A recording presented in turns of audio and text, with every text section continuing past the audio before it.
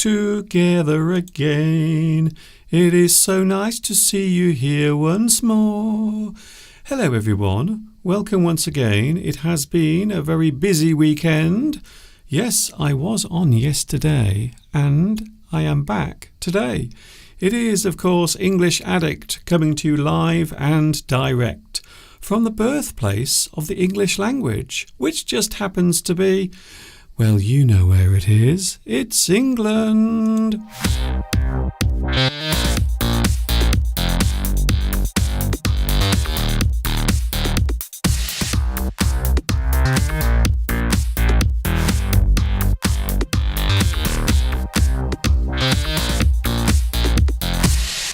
We are back together again. It is so nice to see you here again once more.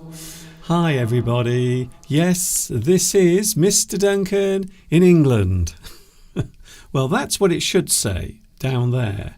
But of course, sometimes things don't go the way they should. It's not my fault. You can blame vMix for that. Okay? vMix, it's your fault. Not my fault. Hi everybody, this is Mr. Duncan in England. How are you today? Are you okay? I hope so. Are you happy? I hope you are very, very happy today. Is it working? Come on. I was hoping that would work, you see. But it doesn't look as if it's going to work. Oh well. You know, in life you can't have everything. Sometimes you want everything, but then again, where would you put it? Where would you put it if you had everything in the world? Where would you put it? There would be nowhere to put it because you would have too much stuff if you had everything. Yeah. Here we are again, English Addict up there. That's what it says, just up there. Can you see it? English Addict. I am one of those. It also says it here on my t-shirt. And I have a feeling maybe you are crazy about English as well. Or maybe you are just crazy. Who knows? We are back together Sunday. It is Sunday. We are already coming towards the end of the month. I can't believe it. It seems as if this month has gone by so quickly. Very fast, in fact. For those wondering, I talk about the English language, but of course it's not just me on Sunday. We also have coming up later on, Mr. Steve will be with us, for those worried. He will be with us. There he is, dancing, getting himself warmed up for today's live stream. So Mr. Steve will be with us at around about 2:30. So there it is, your Mr. Steve warning or your Mr. Steve alert. He is coming up in around about 20 minutes from now. I hope you are having a good day. It's not too bad here. Busy yesterday.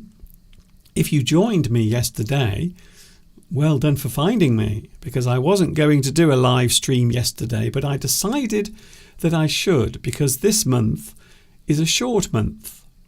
It only has 29 days. So I thought, maybe I will do some extra live streams. And that is what I have done. So I was with you yesterday and I'm here today as well. Hello, everyone. It's nice to see you here. We also have the live chat. It would not be English Addict without all of you out there in YouTube land.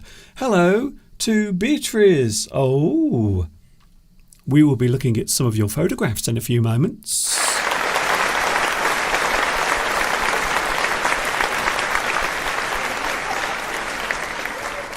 Well done, Beatrice. You are first on today's live chat. Also, we have another one of our regulars, another regular here on English Addict, Luis Mendez, is here today. Hello, Lewis. Also, we have Olga, Palmyra. By the way, how is your foot? Is it getting better? I hope so. Also, we have Zudzika. We also have Patrick. Hello, Patrick. A big bonjour to you. I hope you are having a good day. Aziz is here. I know you were joining us yesterday as well, so it's nice to see you back here today. Sufi, yes, this is English. It is English. And those things that you saw on the thumbnail are also part of the English language. You are right. Hello, Ahmed. Ahmed, hello to you. By the way, if it is your first time with me on the live chat, say hello. Don't be shy. Give it a try. Say hello. Hello also to Marcia. Hello, Marcia. It is nice to see you here as well. So many people joining me already today on the live chat. By the way, today we are talking about ways of using English. And I suppose this leads to a question that I'm often asked the question. And sometimes I have to put that particular question right. Because some people believe there is more than one English. I can tell you now, definitely, there is only one English language, the root where all the other words and all the other phrases come from. And of course, when we are talking about accents, we have the similar situation. Accents define places or areas. It is not the actual language itself. So quite often when we look at accents, you might travel around the country from one place to another. Even if everyone speaks English, you will hear accents, but also you might hear words used in different ways. Different types of use of the English language. However, it remains the same. The root of all of those differences and variations is still English. There is only one English. You see, this might be a new thing. There is only one English. But there are many variations of that particular thing. It's true. So that's what we're looking at today. We're looking at expressions, types of slang, ways of speaking, colloquialisms. Oh, that's a nice word. It's not easy to say. Colloquialisms. When we talk about colloquial English, we are talking about English that is spoken in different places and, of course, in different ways. Informal English, informal use of words. So this is something we are looking at today on English Addict. And of course we are here for 2 hours. So relax, make yourself a hot beverage, have something to drink, have something nearby. Maybe you are a little hungry, so maybe you could have a little nibble at the same time. If you have a nibble, it means you eat something. Not a lot of food, but a little, just a little bit of food to keep you going during the live stream. So of course you can have a little nibble to keep you busy. Mr. Steve will be here. A lot of people already worried. Where is Mr. Steve? Don't worry, he will be with us. Here it is, your Mr. Steve warning.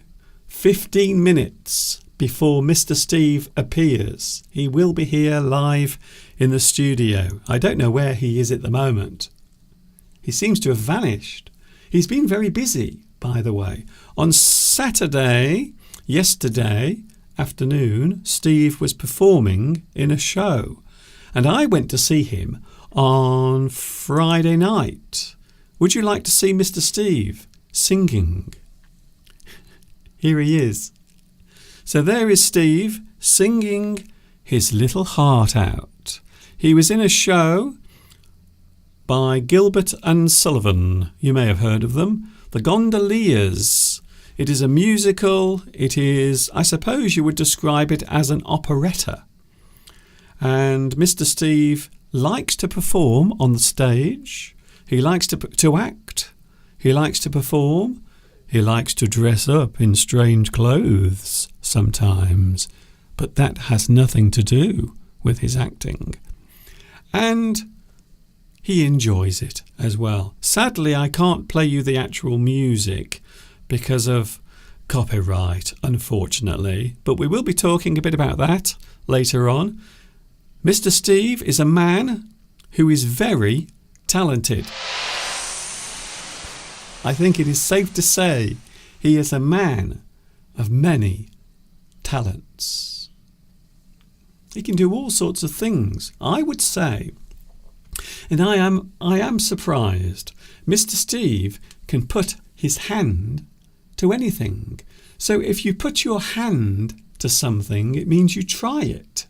So it's a great idiom. It means you try something. You put your hand to something. You try to do it. Or, of course, you do it. You take your hand to something. You are actually doing that thing. So I think it's a very interesting expression, to take your hand. Steve is very practical. He does a lot of things around the house, a lot of the hard work and the heavy work. For example, in a few weeks, as spring arrives here in England, Mr. Steve will be out in the garden. He will be cutting the grass.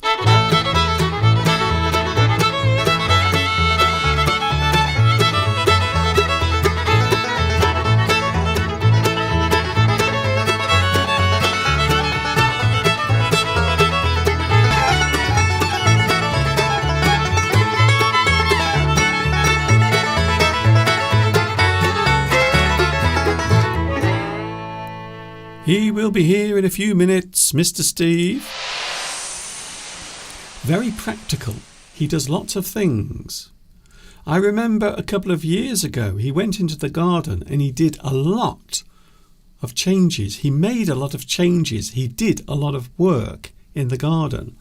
And I have to say, I was quite amazed. In fact, I was very surprised at how much Steve can do.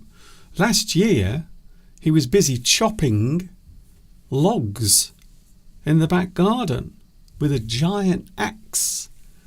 Mr. Steve was in the garden waving this giant axe all over the place.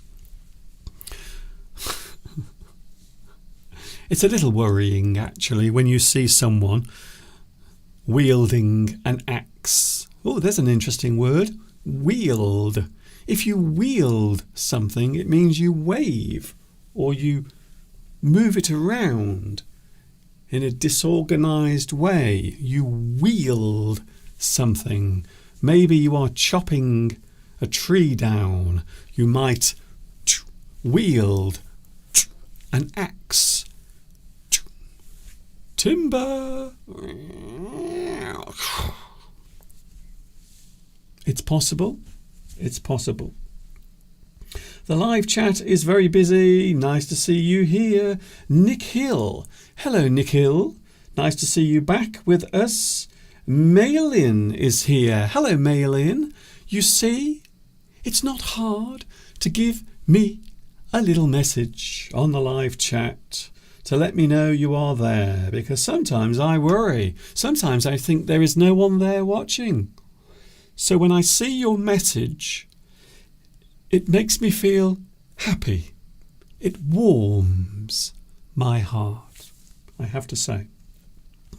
Christina. Hello, Christina. We also have watching in Brazil. It's Pedro Belmont is watching in Brazil. Hello to you as well. Quitiba is here. Quitiba says, I am going to get myself a drink. Have a drink. Sit down. Make yourself comfortable. Maybe you are watching me on your mobile phone. Maybe you are watching me on your computer, on the big monitor. Or maybe, if you are feeling very relaxed, maybe you are lying down on your sofa or on the couch, watching me on your big screen TV. TV? Maybe. If you are, am I looking okay? How do I look on your 50-inch television? Do I look okay? Not too scary, I hope. Hello also, Kutaba. Hello to you as well. Very nice to see so many people here. It is busy. It's a busy one. We have Mr. Steve coming up in 10 minutes. I will give it you again. The Mr. Steve warning. So you are prepared for this. This is what will be happening soon. Live on YouTube. And as you know, if you have been watching before in the past, you will know that we have no idea what we are going to say to each other. So anything can happen.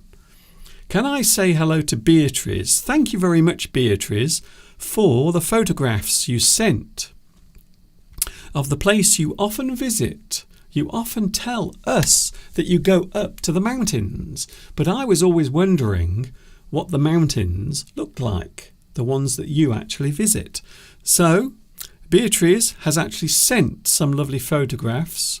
I will show one, and we will have a look at some more later with Mr. Steve. So there is one of them. Can you see it? It's a very nice scenic place. Very nice indeed. Thank you, Beatrice, for that. And we will look at some more of these photographs a little later on. And there is a very unusual feature about this particular mountain. A very unusual feature. I wonder if you can spot what the feature is. So all of that coming up in a few moments from now. We will show some more of those photographs in a few moments' time. Oh, by the way, something I want to mention. Steve might talk about this later on as well, but I want to mention it now. We have decided, you might disagree with this, but we have decided to start drinking full cream milk. So for many years, we used to have something called semi-skimmed. So that means some of the fat is taken out of the milk. However, over recent times, we've discovered that full cream milk, so that is milk that it's got all of the cream inside. It's had nothing taken away. Full cream milk is delicious in everything. Tea, coffee, porridge, everything in fact. So we've started using or drinking full cream milk. A lot of people refer to it as whole milk. W-H-O-L-E. Whole, which means, of course, complete. So whole milk is complete milk. It has everything still in the actual milk, including the cream. So over the years, a lot of people started to cut back on the amount of things that they ate, especially fat. And for many years, we were told that certain types of fat is bad for you. But of course, nowadays, many medical experts have changed their mind. So maybe we do need a little bit of fat in our daily diet. But I have to say, I do like fresh, whole milk. And of course, there is the other one as well. They call it skimmed milk. It's disgusting. How can anyone drink skimmed milk? So that has virtually all of the fat taken out, which means when you drink it, it's almost like drinking water. There is no taste, there is no cream, there is nothing. So to be honest with you, I don't like skimmed milk. And over the past couple of months, we have started drinking less semi-skimmed milk. So these days we often have whole milk instead. Because between you and me, well, first of all, we don't drink that much milk anyway. And it tastes absolutely delicious. It really, really does. I like it, and Mr. Steve likes it as well. I would say most people will go between semi-skimmed and whole. So I would imagine most people will go between those two types of milk. Personally, I prefer whole milk. You get all of the cream, all of the taste and everything. One thing I've never tried fresh milk. Straight from the cow. I've never tried that. So I've tried milk that's been processed, but I've never actually had fresh milk straight from the cow. Never tried it. I've never milked a cow, ever. I've heard it's a very interesting feeling when you do it, when you have to grab hold of those things and pull them. And then hopefully milk will come out. And always make sure you have a bucket nearby as well to collect the milk in. Talking of cows, we might have some cows coming up in a few moments, because I know you love the cows. You love to see the lovely cows. We have many cows at the back of the garden. This year they haven't arrived yet. It's a little bit too early for the cows, but maybe in a couple of months or maybe just a few weeks from now we will have some cows in the garden again. So if you want to tell me what type of milk you like, please let me know on the live chat. He will be with us in a few moments. Mr. Steve will be here soon. This is your final warning. Mr. Steve will be here in a few moments. In fact, right after this.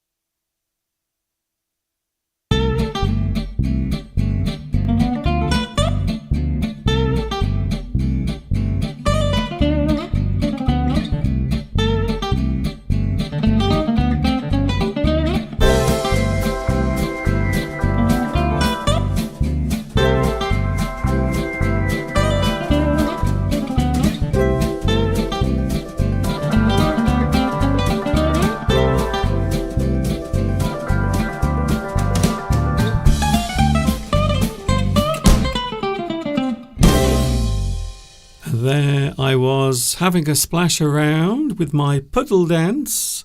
Talking of puddled, here is a man who is often described as puddled. He's coming up in a moment.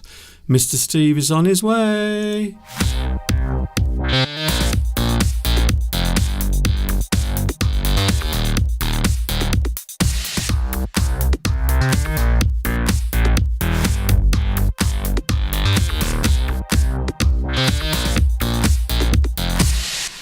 English Addict. That's what it says on the screen, because that's what it is. English Addict is here with you.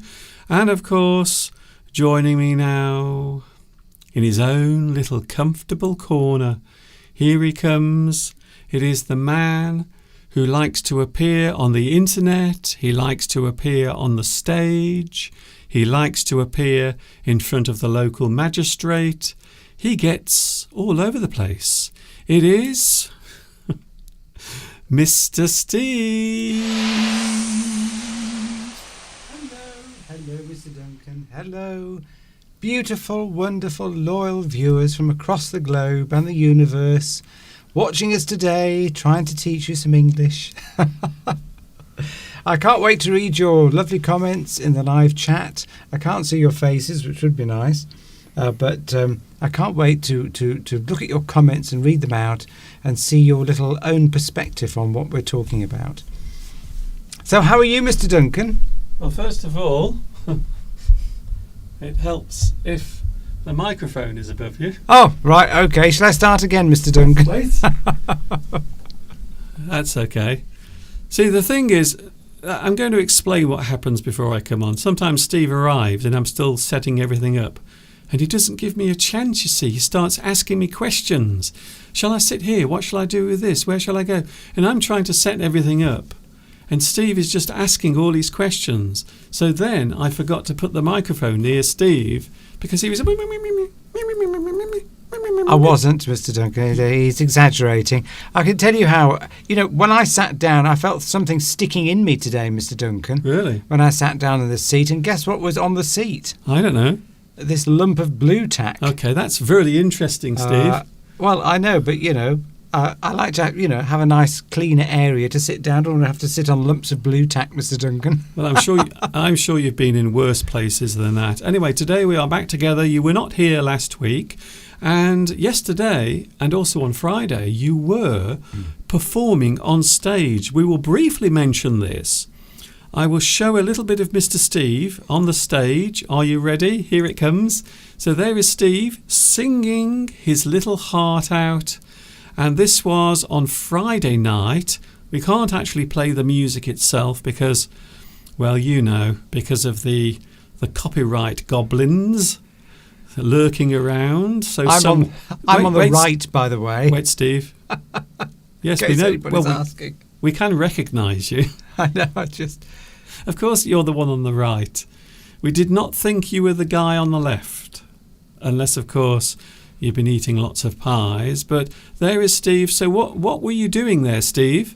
So this is Gilbert and Sullivan, which is a sort of a light opera or operetta, as it's sometimes described.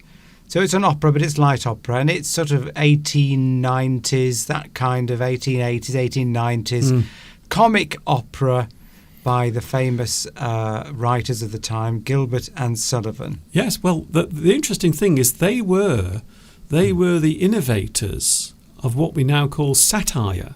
So they were the first satirists. They were the first people to actually make fun of those in authority, such as politicians and people with high status. So it is interesting to note that Gilbert and Sullivan were the first ever satirists. They were the ones that used to make fun, or they started to make fun of those who were in authority, especially politics. They seem to have a big problem with people in politics, such as the lords. So they would often make fun of those people, wouldn't they, Steve? Yes, particularly pompous people in authority. It was the sort of satire of its day, well, done to music. It didn't. Yeah, that's it. Well, satire didn't really exist before GNS. So that's the interesting thing. They really were the innovators.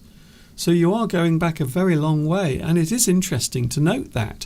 I suppose also Shakespeare is another one who made satire a thing in the way he used the English language. It used to cause an uproar in its day, because it used to make fun of very sort of prominent figures in authority. But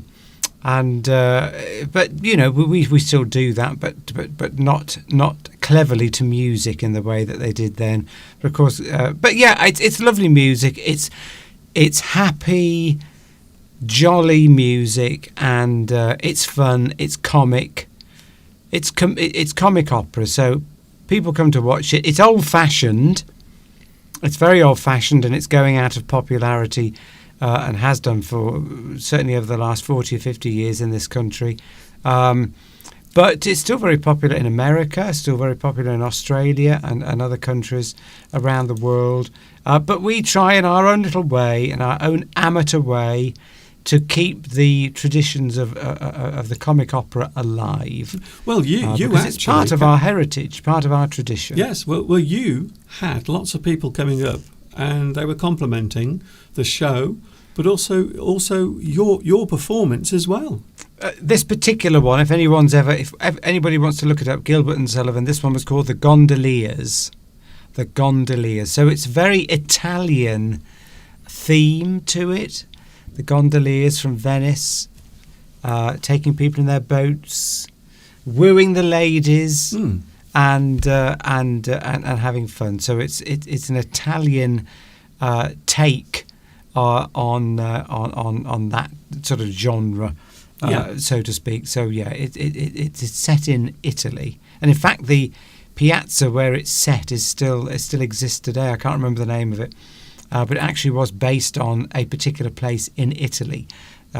So anybody watching from Italy can look that up, the Gondoliers, the history of that, and we'll see that it's actually based on a place in Italy. And it's just friendly, lovely music, and everybody went out laughing and saying that they had a good fun. So that's all we want to do, entertain and keep up the traditions of the comic opera. Talking of which, entertaining is something we want to do as well today on English Addict. We have lots of things coming up today. Now, we received some lovely photographs from Beatrice. Hello, Beatrice. I did actually ask for some photographs of the mountains, because quite often Beatrice will go to the mountains, and very kindly she has sent some photographs. So here is one of them. And isn't that lovely? So that gives you a very nice flavour or a sense of the place. Very open, with beautiful mountains in the distance. Another photograph. Here's another one. Look at that. And there is something rather unusual about this particular mountain. I'm not sure if you can spot it, Steve, but this mountain has something very interesting about it. And if you look closely, you can actually see on this particular mountain, the place where Beatrice likes to go and spend her time, you will see there is a human face staring upwards. Isn't that unusual? I will give you another look, another view, but I will turn the photograph around so you can see what I mean. Look at that. There is a human face. Oh, I can't see that. Is it one of those? Yes, it's one of those situations where your brain will try and make sense, because the brain is very much focused on recognizing human faces. So if it sees patterns in rocks and in the landscape, then we often see human face, like in the moon, like the man in the moon. So can you see it yet? I'm not sure if we have that long. Yeah, have we got two eyes and then a sort of smiling face and a nose? Yes, there's a smiling face at the bottom. I think I can see that, Mr. That's Duncan. It. He looks like he's just watching something far away. So that is very interesting. It is interesting. Sometimes clouds will do the same thing. Clouds sometimes will form certain shapes, or maybe they will resemble something. Or maybe in the morning when you're having your breakfast, maybe you put some toast inside the electric toaster and then it pops up. And there you can see there's a face of Jesus. For goodness sake, how did that get there? See? So it can happen. You can see shapes and figures in all sorts of situations. So sometimes when you look at the sky, you can see a face in the clouds. Or in the case of Beatrice with her photographs, you can see a face in the mountains, Yes. looking up towards the heavens. The human brain wants to see those patterns because it's very important for us to recognise people's faces. We can always remember a face. It's something that our brains are very good at, is remembering somebody's face. You see it, and then you see it 10 years later and you will recognise the person. And so it's built into us to try and see patterns of eyes and nose and a mouth somewhere. So if we see it and it's by coincidence, as you say, on a piece of toast, Yes. or on a mountain or in a field or somewhere, we are, or in the moon, the man in the moon, we will see a face even because our brains try to do that. That's it. Some people believe that the moon is made of cheese. Some people believe that it is a giant Death Star. Who knows? But you can definitely see a little man's face when you look at the moon. It looks like he's looking directly back. Can I just say, Olga's asked if the music was live. It was they have recorded it. It was just we only had piano. We didn't actually have an orchestra. We just had a piano accompaniment to that because it was just a concert. So the whole performance was live. It was live, yes, with an audience, but we did record it, but we didn't have an orchestra because it was just a fundraising concert. It wasn't a full-on stage production. It was just a fundraising concert that we put together in 8 weeks. Now, Nitram mentions something very interesting using popular culture. In The Simpsons, who remembers Sideshow Bob? Now, he was the baddie who kept trying to kill Bart Simpson, and he would keep appearing in various episodes, and he was always trying to kill Bart Simpson. And in one episode, he was actually performing a piece from HMS Pinafore, which is, of course, by Gilbert and Sullivan, a very famous operetta by G&S, and that was Sideshow Bob. He was doing it. So you might find Gilbert and Sullivan used in popular culture quite often.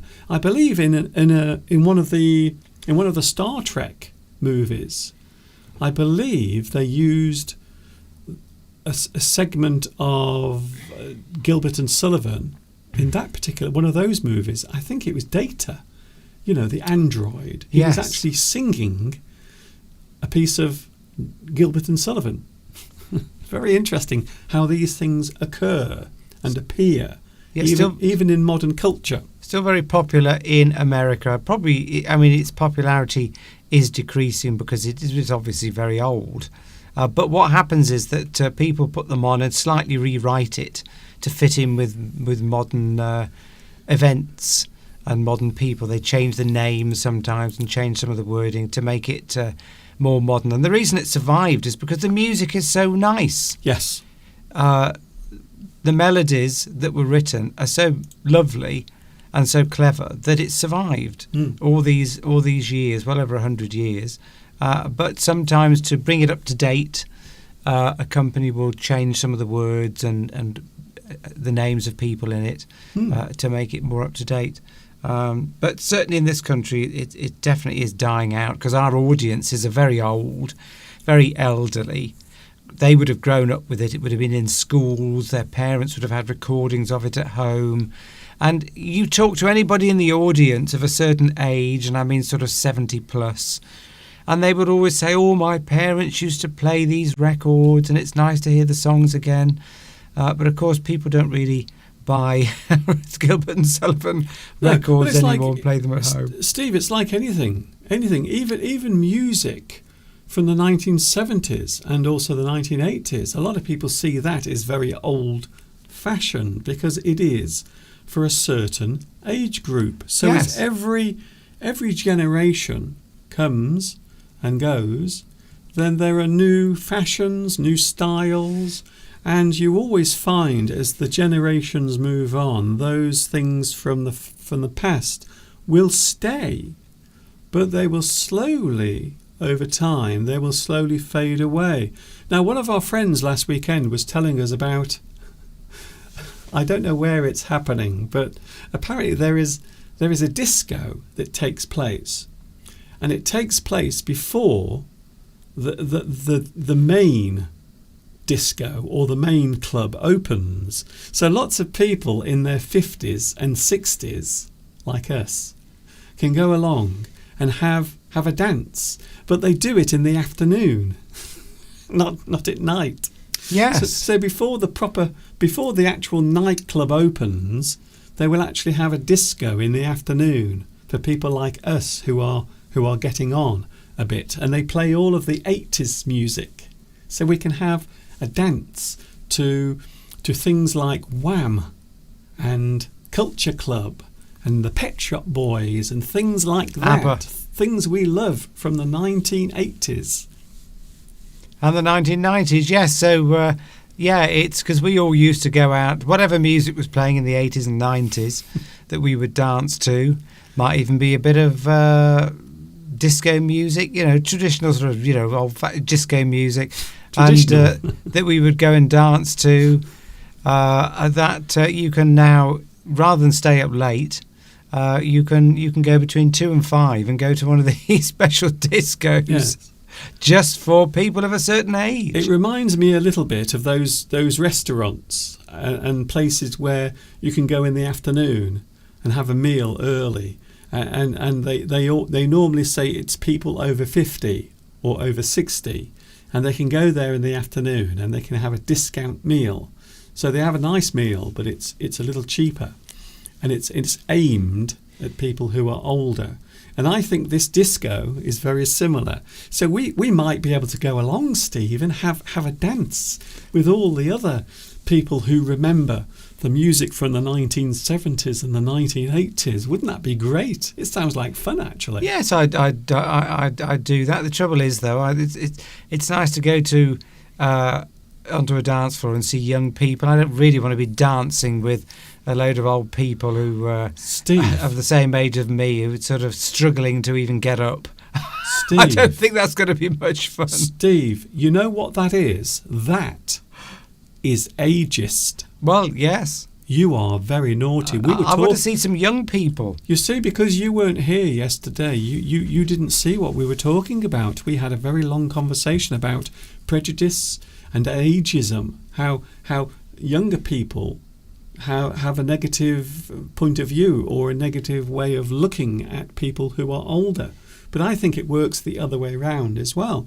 But yes, it can happen. But I think it's a great excuse, and it's a great way of having fun, because you can have fun at any age. You are never too old to have fun. Now, also mentioning, can I say thank you to Lewis? Can I say thank you, Lewis Mendez, for your letter that you wrote, your email message that you sent. Very nice, and I do agree with the things you said. And it is interesting when you look back on your childhood, how certain things resonate or they stay with you through your life. So thank you, Lewis, for that message that you sent as well. Very, very nice. Today, Steve, we are looking at the ways of using words. And as I often say, and I say it very often, there is only one English language. Only one English language. That is the root language. And everything else that comes off it is a variation of that one language. So maybe you are talking about things such as slang, or maybe colloquialisms, which isn't easy to say. So we are looking at that a little bit later on. Also, in a few moments, we are going to look at a certain type of behaviour.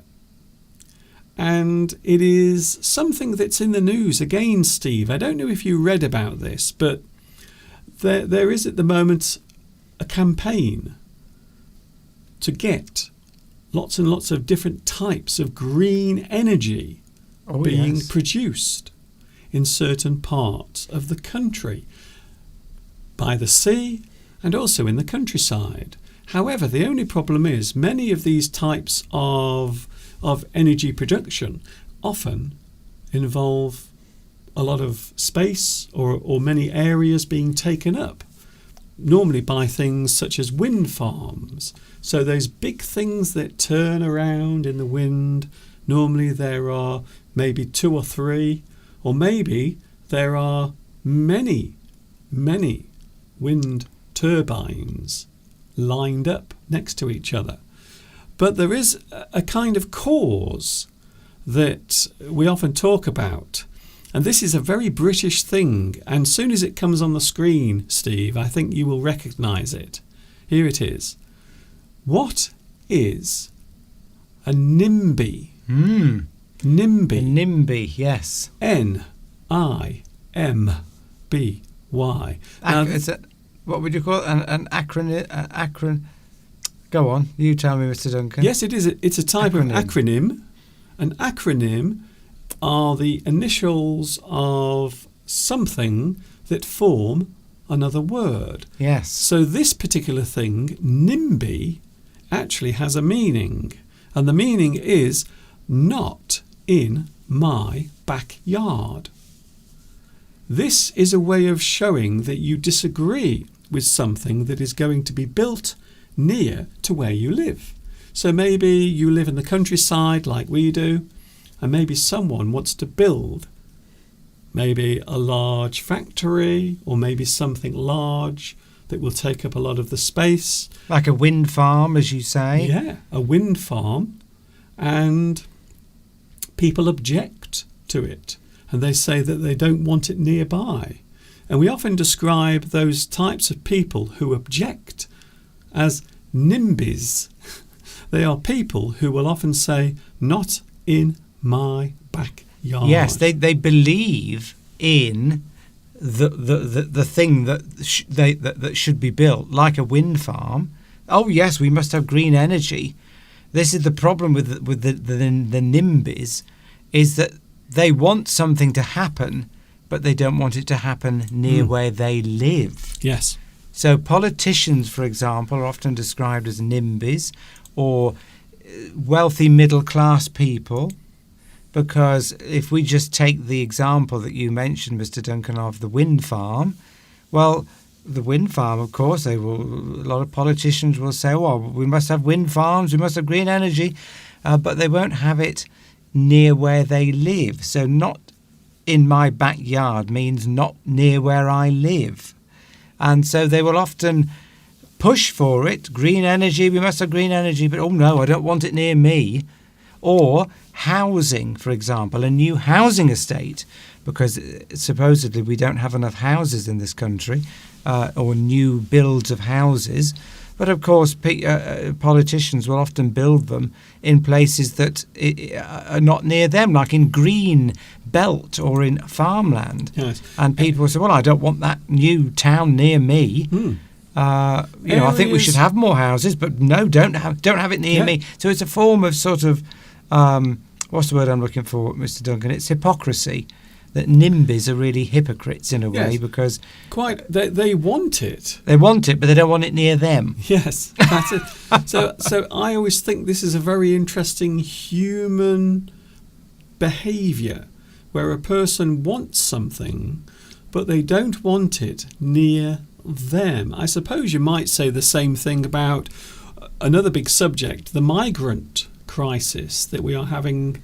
Well, not just here, but across Europe as well, where lots of people are coming into the country. But there are places where people can be put whilst their application for residency is processed. But no one wants to have migrant camps or places near to them. even though they will stand up and say those things have to exist. Yeah, or stand up for the rights of migrants. There is a lot of hypocrisy. But then if you wanted to build a migrant camp near where they live, they would suddenly object. And of course, this is hypocrisy. Politicians they are often accused of being hypocrites because they will say that something must happen, but they don't want to have that thing near them or the people they represent. Yes. But they want it somewhere, but not near them. So that is what we mean when we say NIMBY.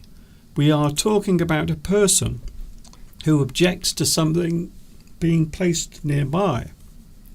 I'm about to cough my head off. Yes, here's another example, and this is quite common.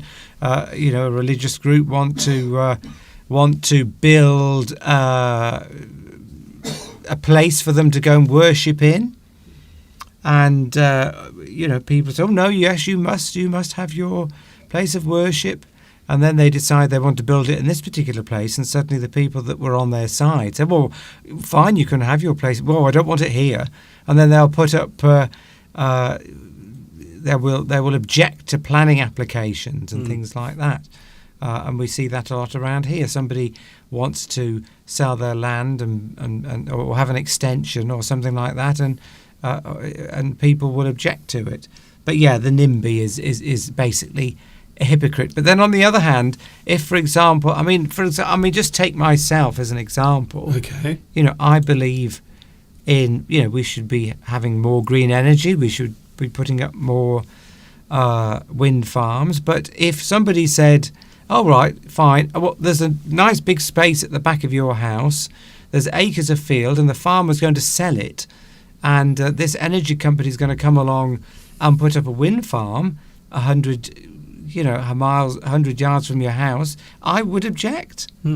Because actually, in the example of the wind farm, I don't think they should be onshore. They should be offshore. This is a separate, but that's a different debate altogether. This is not what we're talking about. I know but you can see how it could easily how you could be thought of as a hypocrite in cases like that. So but yes, it happens all the time. People are very good at giving advice, but they're not very good at taking their own advice.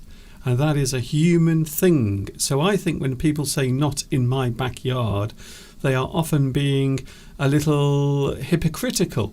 Now, to be honest with you, I'm going to break all of the convention of what we've just been talking about, because I quite like wind farms. I don't know why. Whenever I see one, if you're driving in the car and you go by and all those little things are waving to you from the top of the hill. It's like lots of little hands waving, saying, "Hello, we are providing some lovely, clean energy for you." Yes, it's like but they're waving to you. It's the quite problem nice. is, Mr. Duncan, they are very noisy. As someone told me the other day that they work near a factory, and this factory put up quite a big. Not as big as the ones you see on the commercial scale for energy production, but this company put up a big what do you call it? Propeller? No, what's the word I'm looking for? Turbine? Yes, a wind turbine. On the back of their factory to generate power, and apparently when it's windy, it's almost all you can hear is the drone from this. It's incredibly noisy, and everyone's objected nearby, and they've had. I think they've taken it down. They had to take it down in the end. That was just one. Yes. So I think they are extremely noisy, and there's very controversial. The fact that we're a small country anyway, and then they put them on the nice hillside. Imagine Beatrice's lovely hillside there, covered in wind. Covered in wind turbines. It would ruin the outlook. Well, who knows? That might happen, because Argentina now has changed its direction with many different things. Maybe the green agenda in Argentina might go in one way or the other. Now they have a new president there, so I'm not sure what his opinion is of green energy, but it all depends, you see. It all depends on the locality and also the attitude. But I think in this country, they're not sure if they want green energy or not, because I suppose if there is no alternative, you would have to have it. And I think wind production wind electricity or electricity produced from wind is probably the one that is the most popular. But it's also one of the most wasteful. Because when you build one of those wind turbines, it uses all sorts of different energy to construct. And did you know the large blades, those big things that stick out and go round, they only last for a certain amount of time. And then they have to be disposed of. And they can't be reused. So it is strange how that particular type of energy production is actually quite wasteful in a strange way. I don't know in the full term of its life whether how the equation would work out there. Well, there are pictures that have been produced on social media showing these large areas where all of these old blades are all piled up and they can't do anything with them. I think they're made of glass fibre, aren't they? Yes, and you can't recycle them. I think they're very difficult to recycle. So yes, it obviously will be. It's a bit like nuclear power, isn't it? There's always some waste somewhere that's difficult to get rid of. Yes. Whereas with it was the same with coal. Gas, of course, is very clean. You build your gas plant and then all you've got is gas going in. I mean, obviously it's producing CO2. But yes, I mean they are relatively cheap to produce. That's why it's become popular. Yes. And in this country, we've got lots of wind. Well, if we were closer to, I mean, if we were living in, say, Portugal, then I would imagine that solar power is going to be a very popular way of producing alternative energy. And solar panels last sort of 25 years. Well, that's the interesting part, Steve. We can't here because we don't have enough sun. That's the interesting thing. I think solar has been around for so many years. I remember when I was young, when I was in my early teens, maybe at the beginning of the 1980s, solar power did exist. And there were types of solar power, not quite as extravagant as the ones that exist now, but it did exist. Solar powered cars were always seen as the thing of the future. The cars that you could just drive around and they would constantly charge themselves from the sunlight or from just natural light. But of course, in reality, it's not quite the same. But solar power, I think, is a good one. The other one, of course, is nuclear. You are right, Steve. I still think at the top of the list. This is only my opinion, but I think nuclear is still the best one. And I think it's only a matter of time before we all have our little nuclear reactor at the back of our houses. So that's what they're looking at now, isn't it? They're looking at these small scale nuclear reactors that will be in local areas providing electricity. So I think that might be the way to go, despite the fact that if it goes wrong, well, it's not much fun. I know, and if there's ever a war, one attack on a nuclear power plant and, you've pretty much wiped out the country. But I do like the idea of having a small one. So maybe you could have one at home, just a tiny little nuclear reactor. It's really small because they don't need to be large if it's just providing power for one house.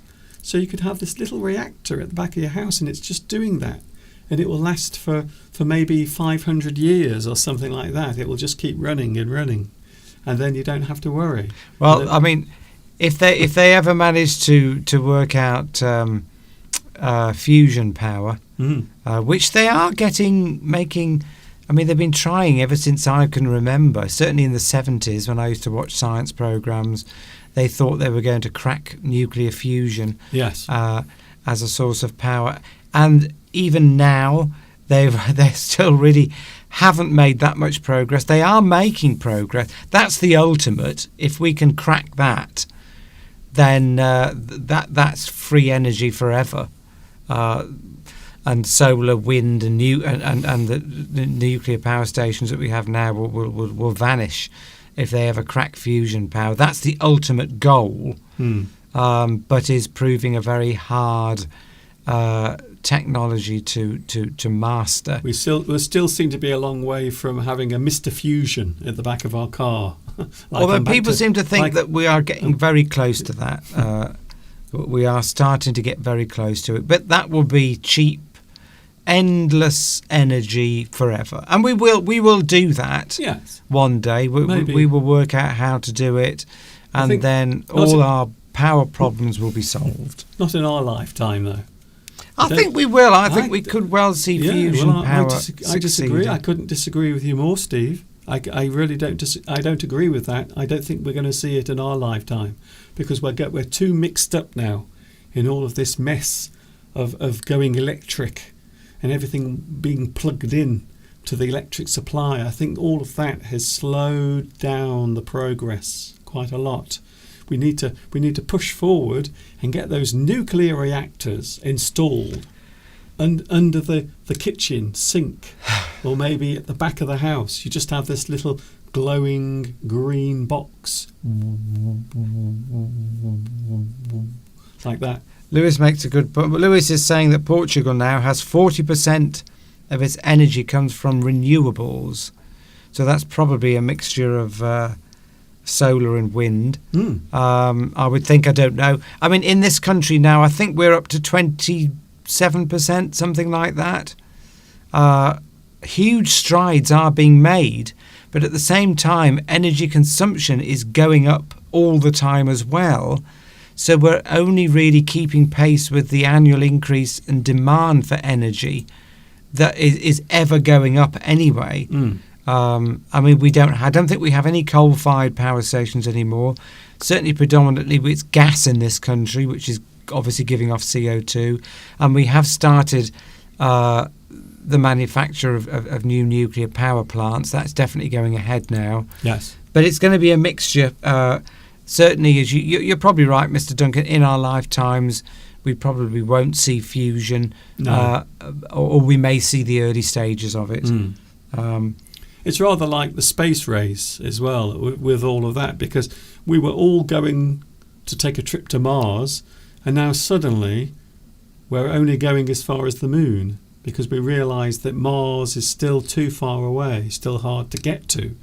We're still concentrating on that, but now we've realised that we can go to the moon instead and have a look around there. We'll have a look around there. It's much easier to get to. But yes, the point of this today was a lot of people don't like having things nearby, even though they want to enjoy the benefit of those things. So that was the point we were making with NIMBY. And there's another example, a nuclear power plant. So, a government says we need 4 new nuclear power plants, which I think is what we do need. That's enough, Steve, of that, because we're running out of time. Yeah, but if somebody... the only point I was making quickly was if then the government decided to build it a mile up the road from you, you'd probably object. Well, yes, of course.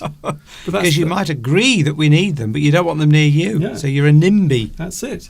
Well, that's what I mean. It will always happen. There will always be people objecting to something nearby, and quite often it is a thing that is very useful or can help a lot of people. Anyway, coming up in a moment, we are looking at colloquialisms. I wonder how many times you can say.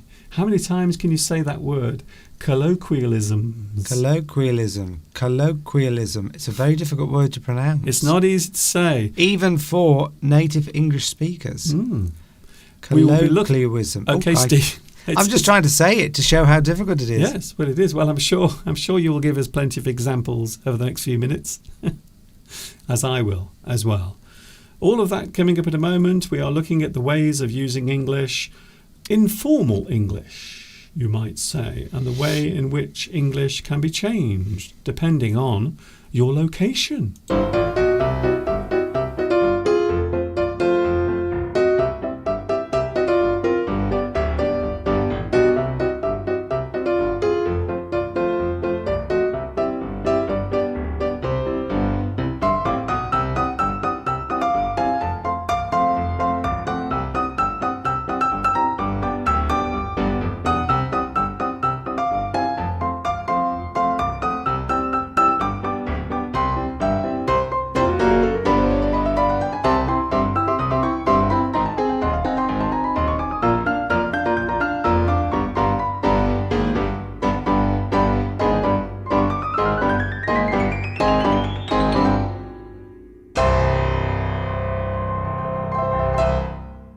English Addict is with you today. I hope you are having a good day and everything is going your way.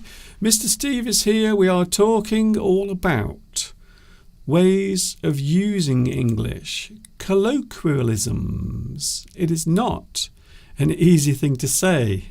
It is a little difficult to say, in fact, but it is a very common part of any language, in fact. So I'm sure they exist in all languages, different informal or slang terms. They exist not only in English, but also other languages as well. So we are looking at very loose ways of using certain words. And it is interesting to note how that can change from area to area. Even here in the UK, Steve, when you think about it, even right here in the UK, you might actually find that certain words or certain ways of describing something change from one place to another.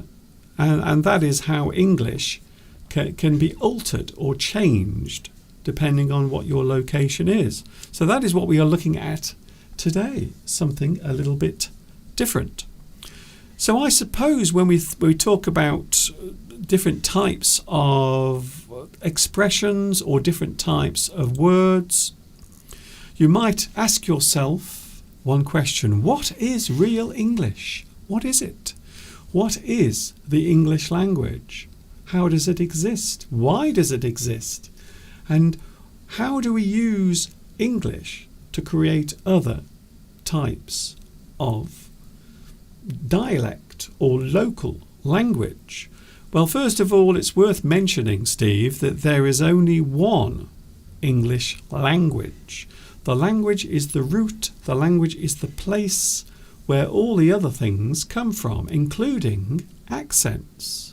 Quite often you will have variations or changes, but the language itself only exists as a singular thing. So there is only one English language, but there are many ways of using it. So you might see some examples, Steve, of that. You might have formal and informal, professional and also everyday English. So that there is a difference between those two things, isn't there? You mean like, yes, the language of science, or the language of a lawyer or a solicitor, or yes, in the medical field, where things have to be said. Certainly in law, things have to be said in a certain way, don't they? And it has its own English, really, and you can't really alter it. Whereas in normal everyday English, that's a different thing altogether. Is that what you mean, Mr. Duncan? Yes, when we talk about professional and informal, or maybe everyday English and professional English, quite often you have specific words that are used in various fields. And you are right, a good example there, science is a good one. So maybe something where particular words are used. So that would be professional, or something that is used in a certain type of work or a certain field. Law would be another. Law is in the courts, solicitors, certainly the way it's written. There are certain procedures and certain ways of writing things. And yes, and a lot of Latin is used in law, and quite often also in medicine as well. So when we talk about parts of the body, many of those have derived from old languages, early languages, and they've just been adapted into English. So when we talk about something formal, we are talking about something that also would be the correct thing to do at a certain time. For example, if you are writing a letter to someone, you normally do it in formal writing, especially if you are doing something such as applying for a job, something where you need to be very precise with what you are saying or what you are writing. So in that situation, if you are approaching someone and you are inquiring about a job, perhaps, you have to use different types of English. Formal English, nothing informal. No slang, no abbreviations. Quite often you have to use formal English. So I would say that is the line that divides those different types of English: professional and everyday.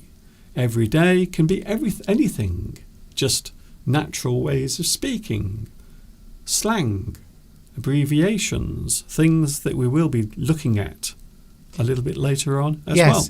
Yes, as you say, if you're applying for a job, if you're writing to a customer, if you are writing to a solicitor, or if a solicitor is writing to you or an estate agent, then it's going to be written, as you say, in a formal way, using as much correct grammar.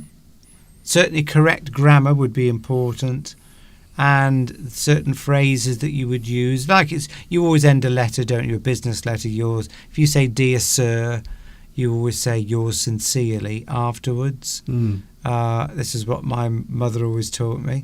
If you put "Dear Sir," then it's "Yours sincerely" at the end. That's formal writing. Yes. Or if you put the name of somebody, and you can say "Yours faithfully," can't you? Or you could. That's formal writing. Whereas you wouldn't say that if you were writing to a friend, for example. I mean, does anyone write to friends anymore? I don't know, because we text now, don't we? Yes. But formal writing with a pen is very much going out of fashion, as we had a discussion with some friends of ours only last week. Yes. So I think traditional ways of writing or communicating, they still exist, but I think more and more as time has gone on, it is more of a professional field rather than everyday use. However, I still think there are situations where you should always be aware of writing formally if you are doing something where your first impression is important, especially if all they have is a piece of paper or an email. That's all they have to judge you on. So you have to make sure you make the right impression from the start. Choose your words carefully can sometimes get you. So you'd know if you're writing formally, because as you say, you've got it there, you would say "Dear Sir" or "Dear Madam" or "Dear Mr." or "Dear Mrs." Well, normally the name follows. And then you would put at the end "Yours faithfully" or "Yours sincerely." I don't know what you would say in your countries watching. But so here are some examples, Steve. Okay. So formally, you have hello. So hello is, I would say that is formal. So if you greet someone, you say hello. However, maybe informal would be hi there. Hi there. So you wouldn't go for a job interview and say, hi there. You would say, oh, hello, hello. Good to meet you. Nice to meet you, hello. And you would introduce yourself and say hello. And you wouldn't use their first name if you hadn't met them before. You would. And you would use their maybe also we might say sir or madam. So for a man, sir. Hello, sir. Or for a lady, hello, madam. Madam, can I help you? Sir, can I help you? They use sir a lot in America, don't they? Yes. As a form of respect. And then we have the opposite, which would be mate. All right, mate. Hello, mate. Hello, mate. Hello, mate. Are you all right, mate? Nice to see you, mate. So quite often we will use that informally. That is not formal. And of course, maybe if we see a lady or a young lady, we might say girl. Hey, girl. Hey, girl. You is hot. No, don't say that if you're going for a job interview. Definitely don't say that. If you write an email to somebody and it starts "Dear Mrs. Smith" or "Dear Madam," then you know it's formal writing. Hmm. If you know them, it's Dear John, Dear Yeah. Susie. So Or it it might is- even be Dear, just hi. Yes. So there is a definite difference between those two things. Things that are formal and things that might be informal. Hello. Hi there. There is a difference. There is a difference in tone, and also it gives a very different impression of the person using it as well. Types Yes. of words used, or the way a word is used in everyday life. So when we talk about formal and informal, we might look at types of words used or the way a word is used in everyday life. And it is interesting when we look at different words. There are many ways of expressing one thing in many ways. However, some of those words might only be used in certain places, certain parts of the country. So I will use England as an example. If you go north, you might hear different words used to describe certain things. If you go south, you will hear different words used to describe different things. So as you travel around, even though everyone is speaking English, the use of the words or the way in which they speak or use English can change. And that is very subtle. That is something that changes as you move around. Of course, we also have accents, which is a completely different thing altogether. So today we're just looking at the syntax. We're looking at the use of the sentences and the words themselves. So what is real English? Real English is the root, but there are many variations. The use of English changes in different parts of a country. So you might find accents, but also words used will change as well as you move around. So is there anything you can think of straight away, Steve? Maybe a certain word or a type of word that will be used in one place, but not in another, even though that thing is English? Yeah, I mean, there are greetings are quite often different in different parts of the country, aren't they? Mm. I mean, you can go to, I think it's London, hello cock. They might use that. That's a colloquialism. It's a local area way of greeting somebody. Yeah. We've got quite a lot in the West Midlands. Kid. Certain phrases that basically 90% or 95% of what somebody might say in a different region you could understand, and then occasionally there will be these odd phrases that are local or colloquialisms, as you would say, words or phrases which aren't used throughout the country, Yes. but you can usually pretty much guess what they mean because of the way they say it. Okay. Or you might just want to ask, oh, what does that mean? That's funny. I'm just after the examples first of all. Well, I can't think of one, Mr. Oh, okay. Mr. Duncan, off the top of my head. I like remember that. a few weeks ago we went to Liverpool, and a lot of people say, kid, our kid, all right, our kid, kid. They will often use kid as a way of greeting. All right, kid, all right, our kid. So maybe a family member they might refer to as our kid. Yes. R-K-I-D. It just means, how are you, my child? Yes. Or maybe just as a greeting to a person they are familiar with as well. So maybe we would say pal, P-A-L. All right, pal? You're my pal. All right, kid? All right, kid? With the accent, all right, kid. So that would be a colloquial way of saying hello or asking if someone is all right. So it is interesting to note that those things can change as you move around the country. Here's an interesting question from Giovanni. Mm. If I met somebody along the street while I'm walking, a stranger, how should I greet them?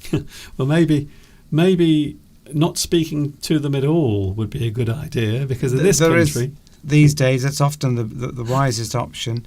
But I Yes. think if you in the UK, if you just meet somebody and I don't know, you end up talking to somebody, you might just say, "Oh, hi," or "Hello," Yeah.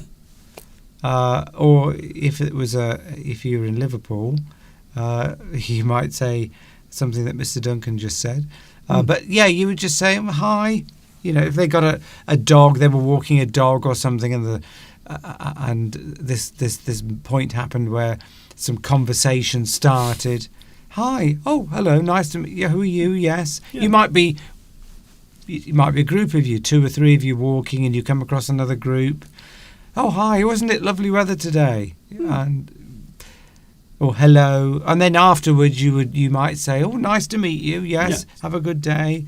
Well, Or we something find like that. but just hi would be fine. That's or, it. We find that quite often, don't we, Steve? Yes. When we're out walking. So we will walk, and then maybe 1 or 2 people are coming the other way, opposite, towards us. They are, and sometimes we will say hi. Or hello. That's it. And maybe the other person or the other people will say hi, and that's it. There won't be any other conversation taking place. And that is the end of it. So it's very brief. Hi, hi, A smile. hi. That's it. Smile, just to let them know that you're not going to attack them. Yes, It's is a basically kind of, that's it. It's sort of acknowledging the existence of other people without getting too involved. Of course, we get very offended, don't we? And it's very easy to get offended if you go for a walk and you pass somebody and there's nobody else around, and somebody passes you and they don't acknowledge you. Ah, It's actually it's quite you take it as rudeness. yes, it is. Well, it is. But of course, in a busy street in London, you're not going to say hello to everybody that you pass. No, Because they would think that there was something wrong with you. They would think you were a bit weird. I think the general rule in London is you don't look, you don't make eye contact, you don't make any contact with anyone in London. You Probably the just same in most big cities. you just 'Cause walk. The more people there are around, the less you're going to engage with them. But if you're out walking in the country and you come across somebody, even in the town, I would say if we go into Much Wenlock, we're not really going to be acknowledging people as we're going down the street, even if it's not very busy, Unless you know them. unless you know them. You might smile, you might pick up a nice, certainly if you're going into a shop and somebody's coming out and they might hold the door open for you, you might, thank you, hi. But generally, but if you're out walking in the country or along a path, a public footpath, where you're not going to see people very often, and then suddenly somebody walks towards you, you would normally, out of politeness, and probably really just to try and make sure that you want to make sure that the people you're coming across aren't going to attack you. Yes. It's just a natural thing to hi, just a wave and a smile. And if they walk past you and completely ignore you, it's very rude. I take that as quite offensive. That's offensive to me, particularly if you've said hello to them and they don't say hello back. That's quite offensive. I mean, they don't have to say hello to you, but No. I actually find that quite offensive. If you're in the middle of nowhere, you haven't seen anybody for 10 minutes, and then somebody walks past you and they don't even make eye contact with you. It is annoying. I find that quite rude. Yes, it is very annoying when that happens. And Moving on, Steve. I would say we find that particularly if it's people who live in the towns and they come to the country, they won't say hello to you because they're not used to greeting and saying hello to people. If you live in a city, because normally you just ignore people. That's the joke we often make. You can always tell when someone is from the town, Yes. from another town or a large area, because they won't speak to other people. No, and you know that they're from a city or something like that. That is the rule. You never speak to other people. You never make eye contact. Regional accents and local colloquialisms are often used as my voice starts to disintegrate. So many places have their own way of speaking or using words, or of course accents. And sometimes the two things come together. And quite often you might find the accent and also the words almost develop their own personality. It can happen in certain places. Liverpool is a very good example because we were there. And whilst I was walking around Liverpool, I did hear a lot of Scouse accents. Scouse. So that is the colloquial term for a person who lives in Liverpool. Do you know why, Steve? I know I don't. Scouse. I probably did know once. Scouse is a type of meal made with meat, vegetables, onion and potatoes. It's like a big stew, thick stew. And the name of that is scouse. And when potatoes were first introduced to this country, and because the port where most of the potatoes were brought in was Liverpool, a lot of people used potatoes in their cooking. And one particular dish was, I think it was lobscouse or luscouse. It was the name of the actual dish. I think it came from somewhere in Europe. And that particular dish became very popular in Liverpool. Hence, the term scouse. It is a type of meal, a dish, served with meat and potatoes and lots of vegetables, carrots normally, like a very thick stew. So there you go. Just going back to what we said earlier, Valentin makes a good point. You know, if you're sitting in the underground or the subway, it's not a good idea to start smiling and greeting people because you might get beaten up. They will just think that you are crazy. Yes, or beat you up. Yeah. Yes. So you have to choose the right time and the right place to be pleasant and friendly, because sometimes being friendly can get you into a lot of trouble. Palmyra said that she remembers that phrase, "all right, kid," because relatives not living far from Liverpool. Oh, I see. The Liverpool accent is a particularly strong accent, even for anybody that lives in the UK.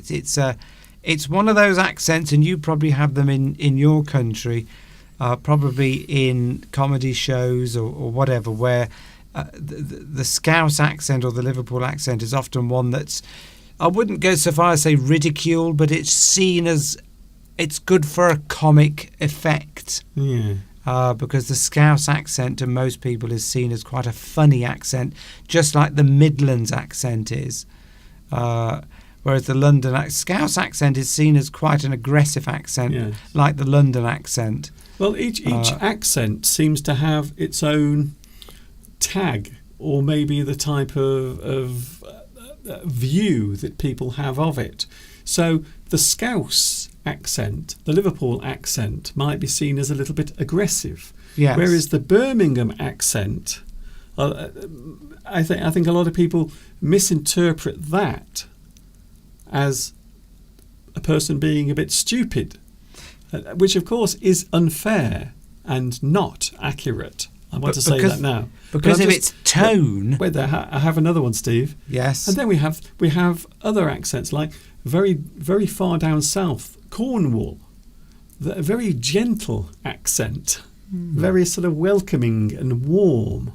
So each accent does kind of have its own theme or its own tag that people associate when they hear that accent. Liverpool, a little bit aggressive. Birmingham, a little stupid. Not true, though. I just want to make that clear. It's not true, but that is what people tend to think. And then you go down south, Cornwall, everyone is friendly and polite and quite humble and homely. So it's just the impression the accent gives. Mm. It's not necessarily true, of course, but it's just the impression that the accent gives. London accent is quite an aggressive accent. Yes, Cockney. A Cockney accent is an aggressive accent. You always think of gangsters. Yes, Yeah. And it sounds aggressive. So you must be very interested, actually, to know about accents in your particular country, in France, in Italy, Spain, Portugal.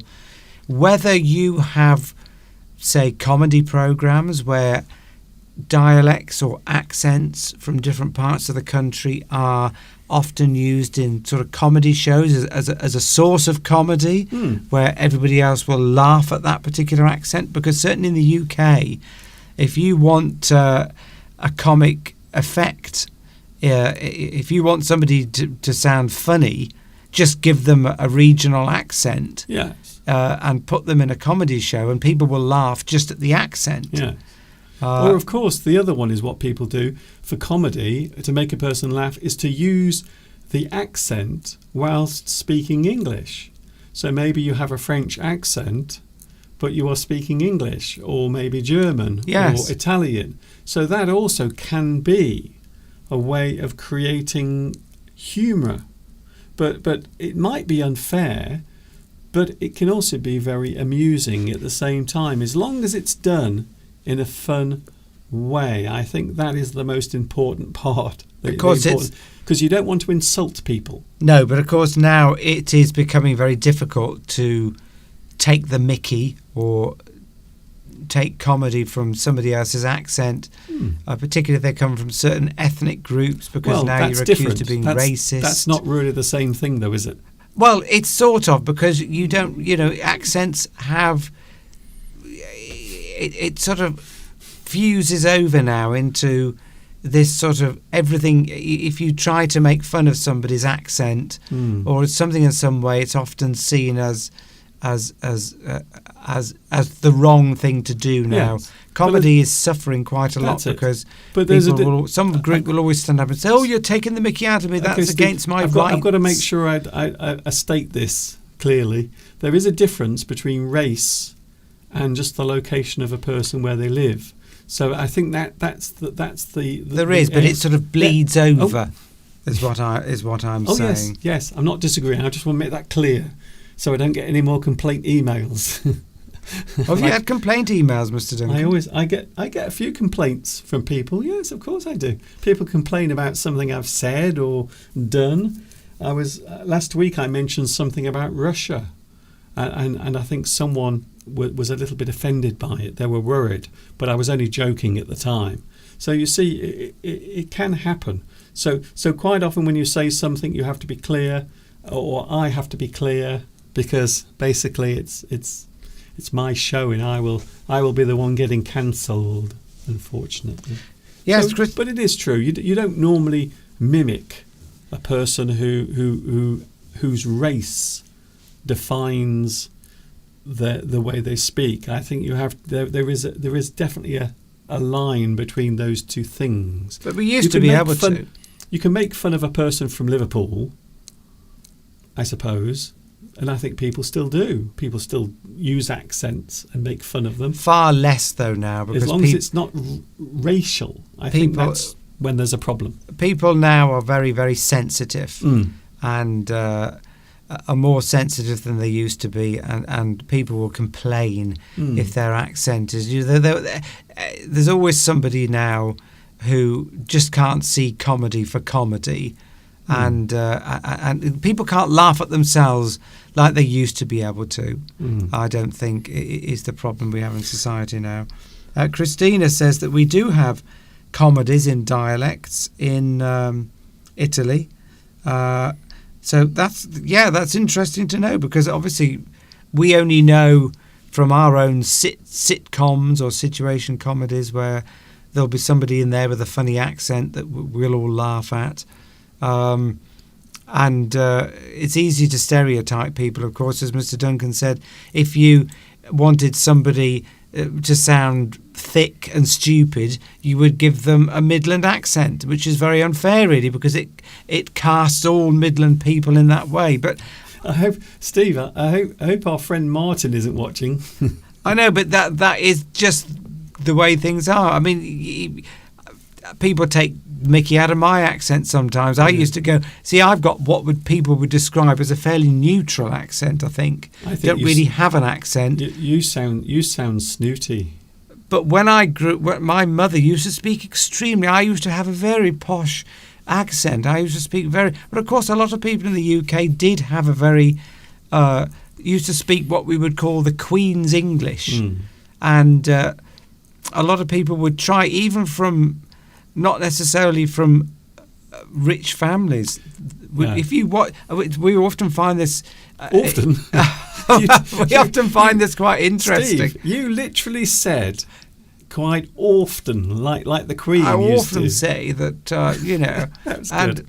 but my parents they used to speak like this. It was all very precise and very, very correct. Your father. But they weren't from posh backgrounds. No. They were, my family, both my parents came from very poor backgrounds, Well- but they spoke with very precise, as you would call the Queen's English. Well, we don't call it that now. We call it RP. So Yes. Received pronunciation. You might say that my accent is a little bit RP, but there is a lot of Stafford in my accent, and a lot of people don't realise that. When they're listening to me, because they can understand what I'm saying, they think I'm speaking with a received pronunciation, but I'm not. A lot of this is actually the Staffordshire area, and so it is there. It is there. I do have an accent, definitely. Well, when I went to school, I went to Steve, school in. I'm got to just move saying on. about accents. Can I just finish this? I went to No. school in Gloucestershire, and they said I had a very, very posh. They used to take Yeah. the mickey out of me. Okay. I was a source of comedy for them with my posh accent. Hmm. But we often see a person like that as being pompous and a bit of an oath, to Well, be they're honest. just Anyway, a snob. so we talk about different types of usage of words. Colloquialism. It's a great word. Colloquialism. Colloquialism. If you look at the word, you can get the pronunciation quite easily from it, but it's still difficult to get your tongue round it. Yes. You've got a lot of consonants. All There's a lot of coming together. consonants to get in there. Colloquialism. Colloquialism. There's a And lot of of. Yeah, we have slang as well. Slang. Slang is everyday use of English. Maybe you change the use of the word. Maybe you introduce a brand new word, or maybe a word that's used in other ways. So slang, I always think, is a very interesting part of any language, because it is always changing. It is always evolving and changing into something else. Informal speech. Everyday speech. So when we meet our friends in the street, quite often our English, or maybe the way we speak in our own native language, will be more informal and laid back. Local as well. So maybe a local accent or a local dialect or a way of saying a particular thing. So here are some examples, Steve. One thing, but many ways of describing it, and I will show you on the screen right now. So we have child, a young person, a child. So it can be a young boy or a young girl, child. And then of course we have bairn. Bairn is often used in Scotland. So when people speak to a child, they say little bairn.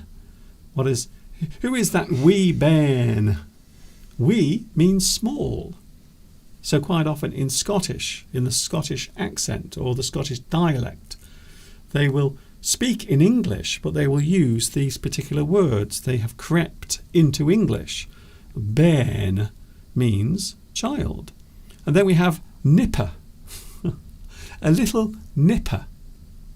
That is often used, I think it's around Lancashire and that part of the country, northern England, Lancashire, around that area.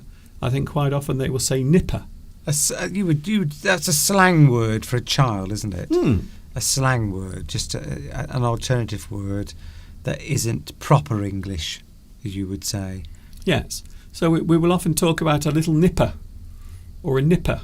The next door neighbour's nipper keeps kicking his football over my house or over my garden fence. Or kid would be another one, wouldn't it? That's a bit of a slang That's word. it. So How's nipper, your kid? Nipper, bairn, child, which is the formal use. So most people will say child, or as Steve just said, as you just said, Steve, kid. Kids. How are your kids? That's a slang word for children. Yes. So another one is kiddie wink. Kiddie wink. Hello, kiddie winks. Hi, kiddie winks. Maybe if you're talking to a group of young children, maybe you are going into a class or a school where there are lots of young children, you might say, hi, kiddie winks. You are saying hello to the children. It's a great expression. It is informal. Also another one, I like this. Lots of parents will refer to their children as ankle biters. I love that one. That's great. I like I've never that. heard of that, Mr. Duncan. Where have you been, Steve? I've never heard, in the whole of my life, I've never heard that expression before. You've never heard of ankle biter? Nope. No. Okay. There's another one, curtain crawler. As well another one, curtain crawler.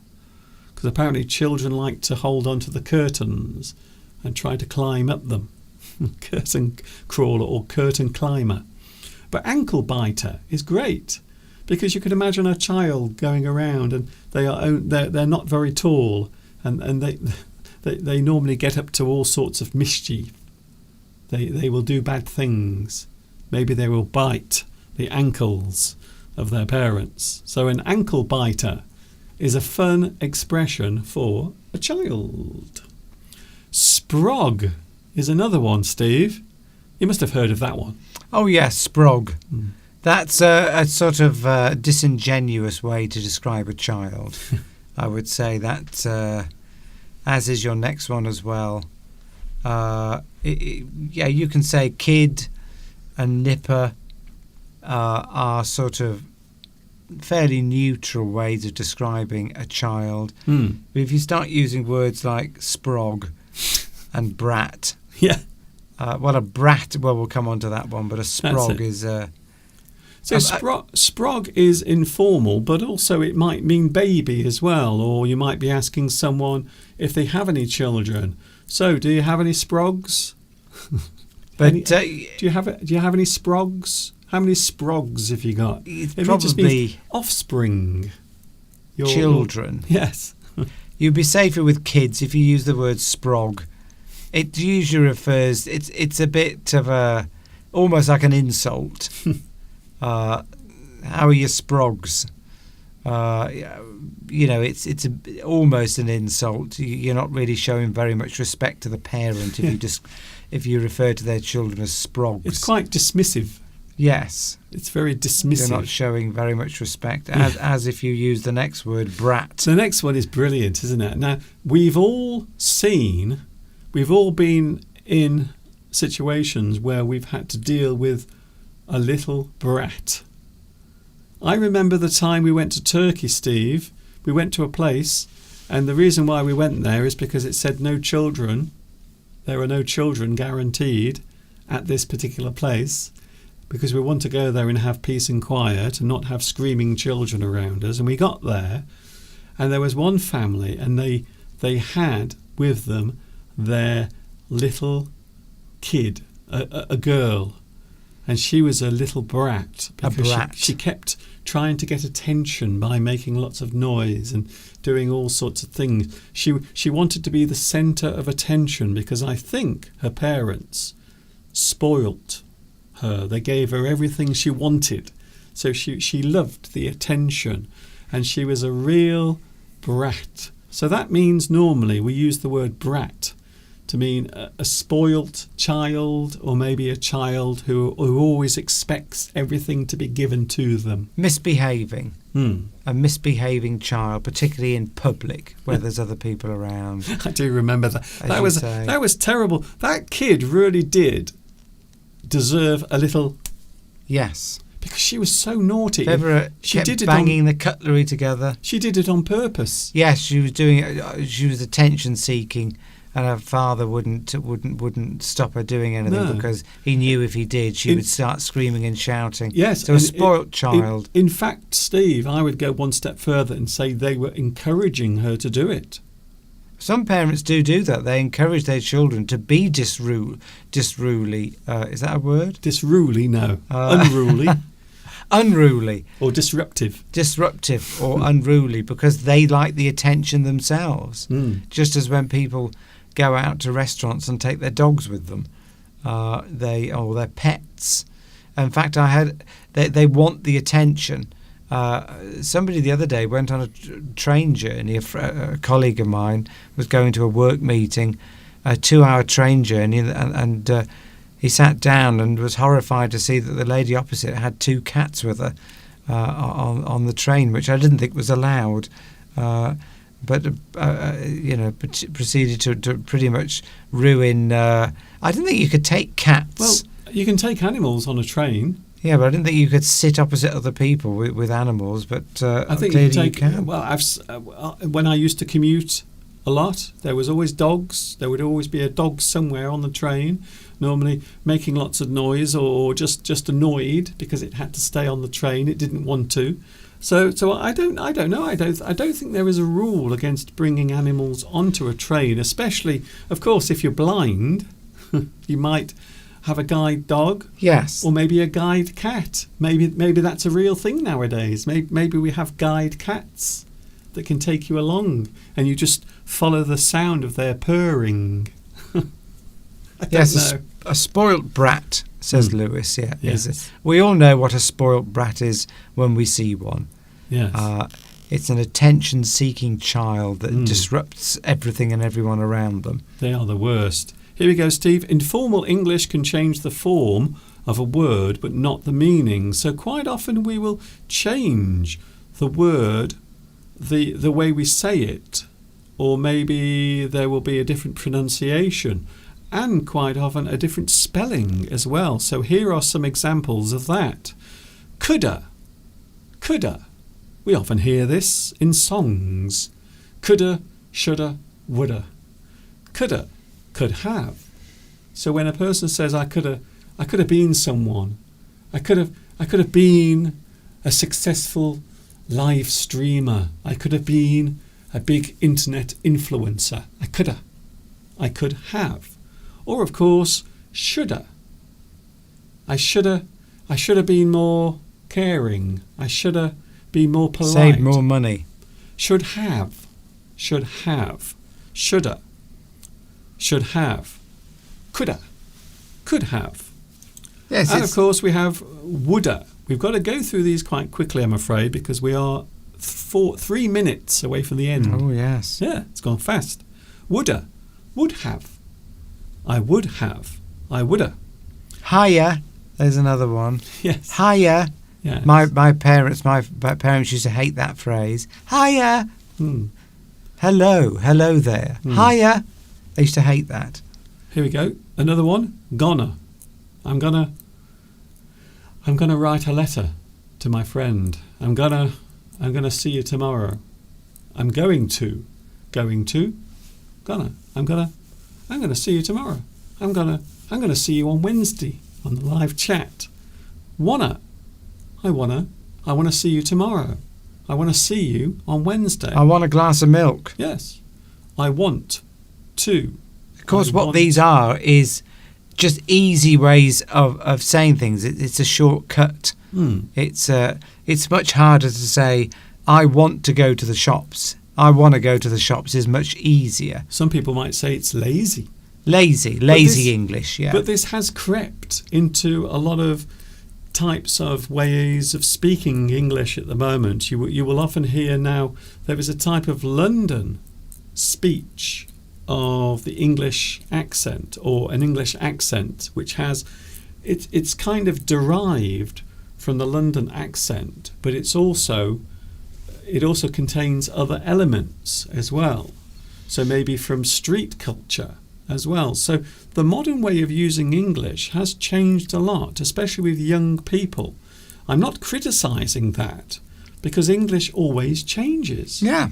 During my life, there have been many new English words, English slang, English ways of pronouncing words or using words. So it's always evolving, and that's the reason why I like English so much. See, Inaki makes a good point here very quickly. Are these abbreviations used in written English? No. They might in a text Yes. message. Yes, you might not in formal English, but very relaxed, everyday English. So you Yes. might use them, as Steve says, in SMS messages, text messages. Gotta. Here's that Christina says, gotta, I gotta go to. Yeah, there's another good or one. in a rap song. That's probably derived from American. Aziz says that we do have these colloquialisms in Arab English, in Arab countries as well. Most in Arab countries has its own colloquial language beside the formal Arabic. So yeah, it's good to know that other countries do have this as well. Yes, it also So exists. thanks for that. Well, I know from my experiences of living in China that there are regional accents, and that used to happen in China, where people would look down on certain accents.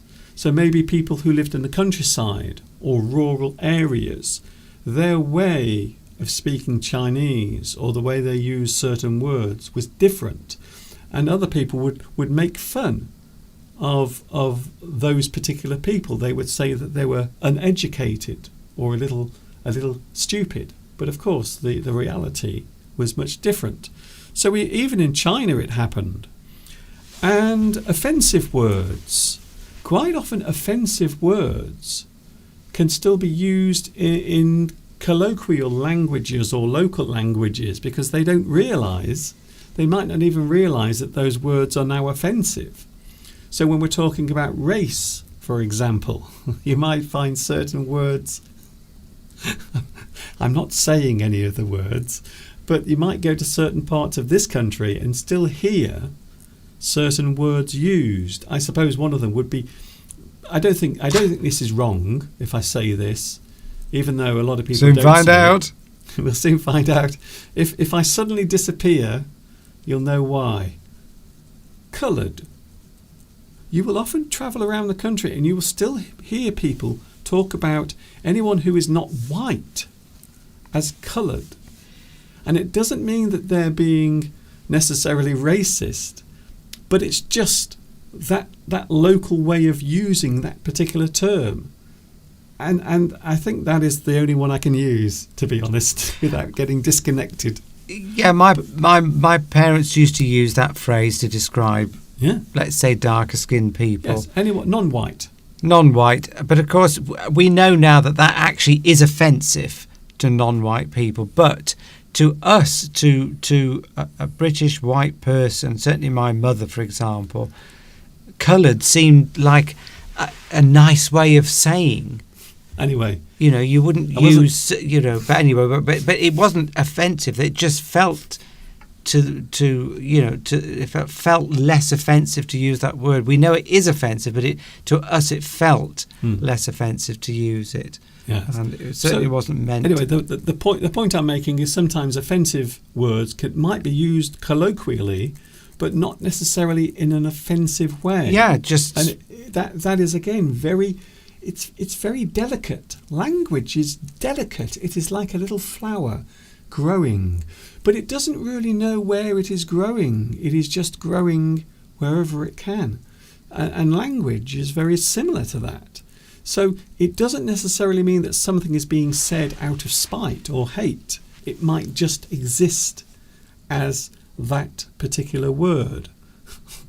But not always, of course. I'm not excusing the use of any bad words at all. And finally, Steve, the root of all informal English derives from the established language.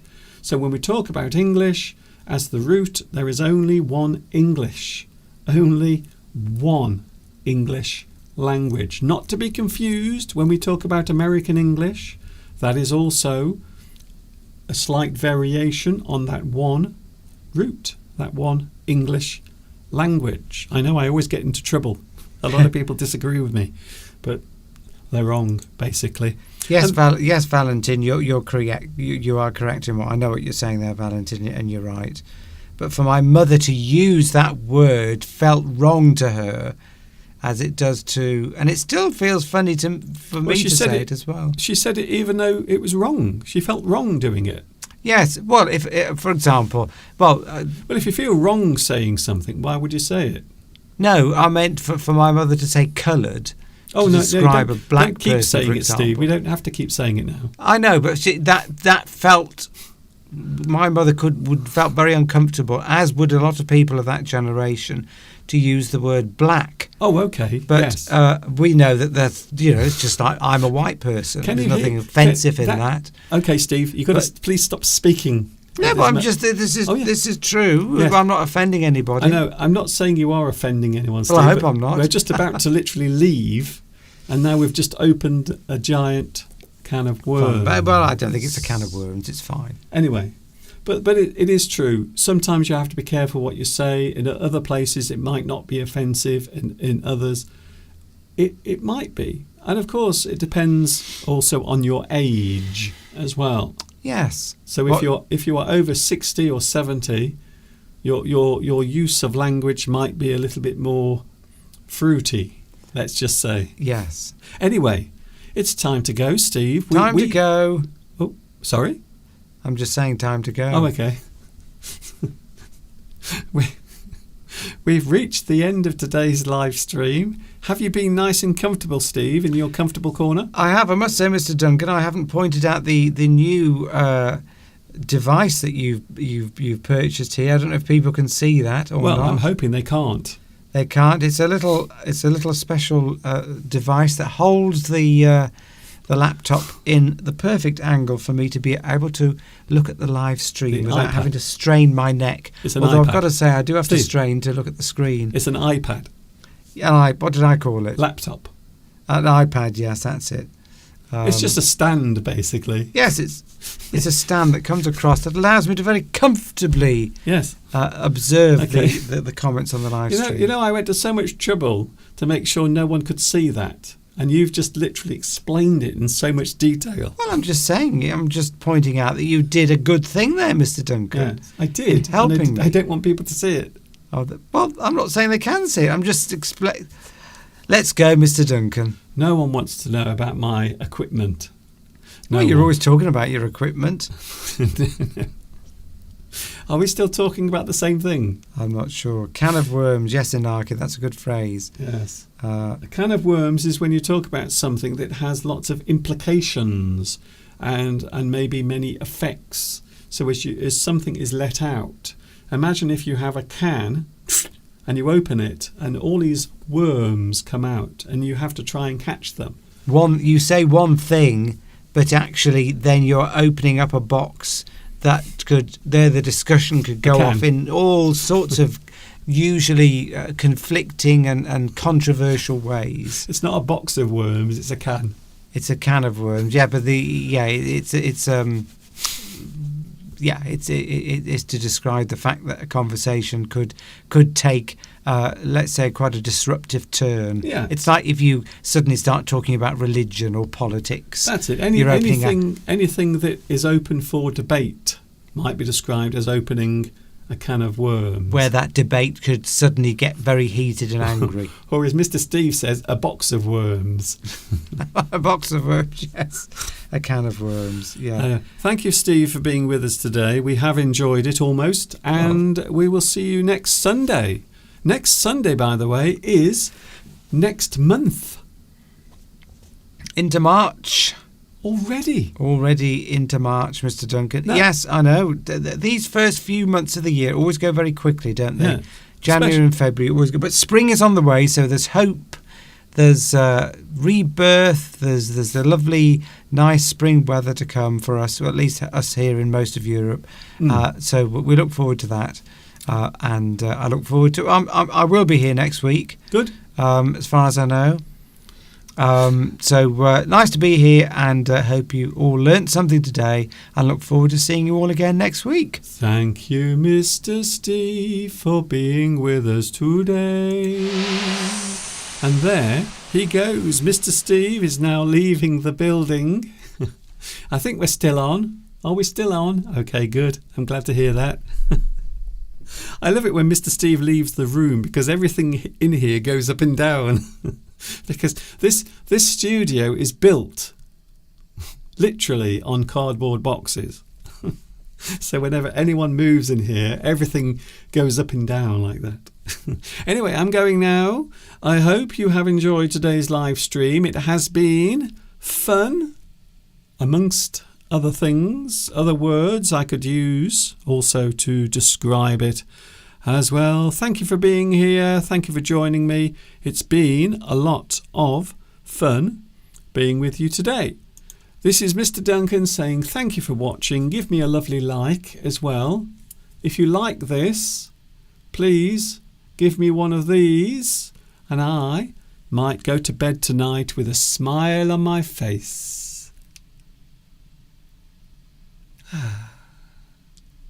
And of course, until Wednesday, which is when I'm back with you, I think it will be the final live stream of February on Wednesday. See you then and have a good time. This is Mr. Duncan in the birthplace of English saying thanks for watching. See you soon. Enjoy the rest of your Sunday and have a good week until we meet again. And of course, until the next time we meet right here on YouTube. You know what's coming next. Yes, you do.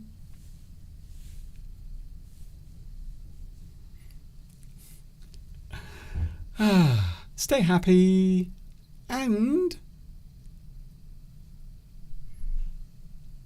ta-ta for now. See you on Wednesday.